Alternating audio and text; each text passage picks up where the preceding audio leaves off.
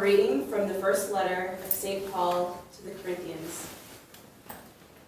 Brothers and sisters, in giving this instruction, I do not praise the fact that your meetings are doing more harm than good.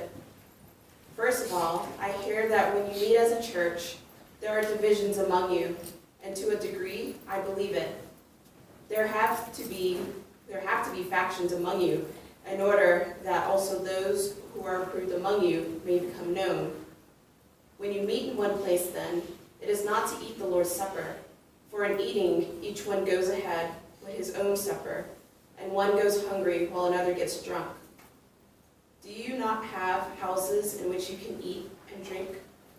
Or do you show contempt for the church of God and make those who have nothing feel ashamed? What can I say to you? Shall I praise you?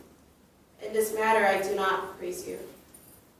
For I received from the Lord what I also handed on to you, that the Lord Jesus, on the night he was handed over, took bread, and after he had given thanks, broke it, and said, "This is my body, that is for you. Do this in remembrance of me." In the same way also the cup after supper, saying, "This cup is a new covenant in my blood. Do this as often as you drink it in remembrance of me. For as often as you eat this bread and drink this cup, you proclaim the death of the Lord until he comes.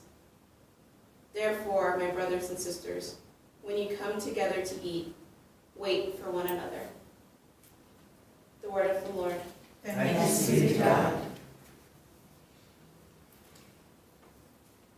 Proclaim the death of the Lord until he comes again.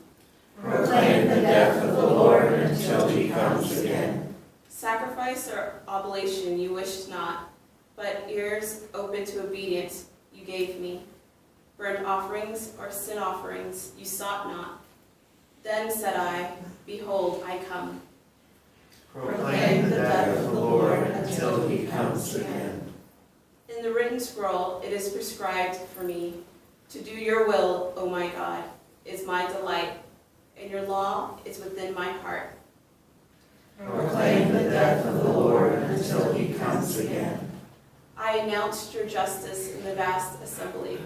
I did not restrain my lips, as you, O Lord, know. Proclaim the death of the Lord until he comes again.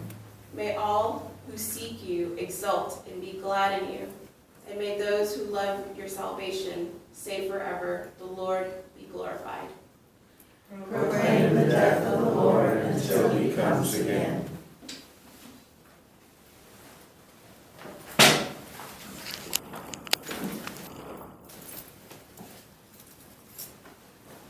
The Lord be with you. And with your spirit. A reading from the Holy Gospel according to Luke. Glory to you, O Lord. When Jesus had finished all his words to the people, he entered Capernaum. A centurion there had a slave who was ill and about to die, and he was valuable to him.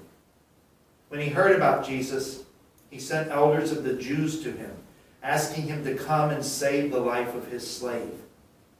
They approached Jesus and strongly urged him to come, saying, "He deserves to have you do this for him, for he loves our nation, and he built the synagogue for us."